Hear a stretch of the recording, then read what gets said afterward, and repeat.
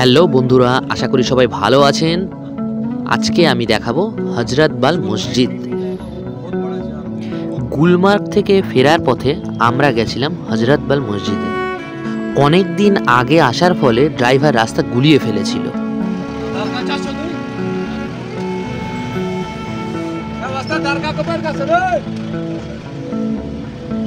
ওখানকার স্থানীয় যে পাবলিক বাস আছে তাদেরকে আমাদের ড্রাইভার জিজ্ঞাসা করছিল তাদের কাশ্মীরি ভাষায় যে দরগাটা কোন দিকে বা এই রাস্তায় কিনা।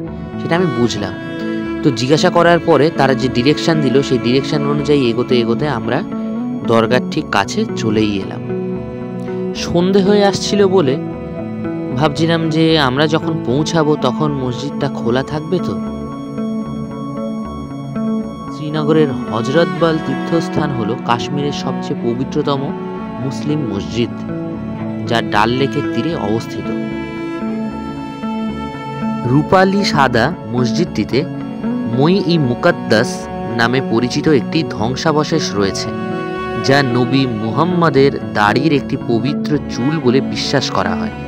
শুধুমাত্র নির্দিষ্ট অনুষ্ঠানে সাধারণ মানুষের সামনে সেই চুলটি আনা হয়। মাজারটি কাশ্মীরি ভাষা থেকে এর নাম নেওয়া হয়েছে, যেখানে হজরতের অর্থ পবিত্র এবং বাল শব্দটি স্থান।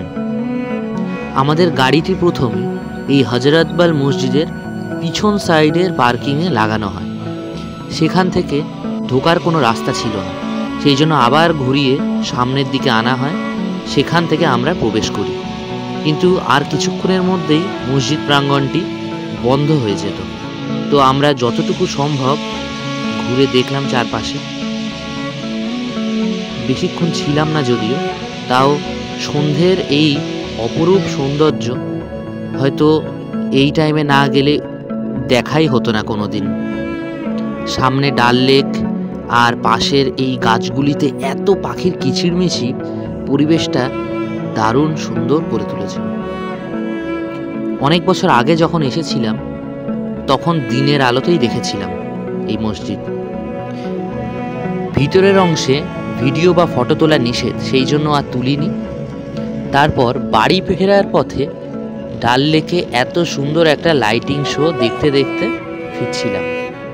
পরের দিনই আমরা পেহেলগামের উদ্দেশ্যে রওনা দেবো শ্রীনগর ছেড়ে। তো বন্ধুরা, পরের ব্লগে আবার দেখা হবে। ভালো থাকবেন, বাই।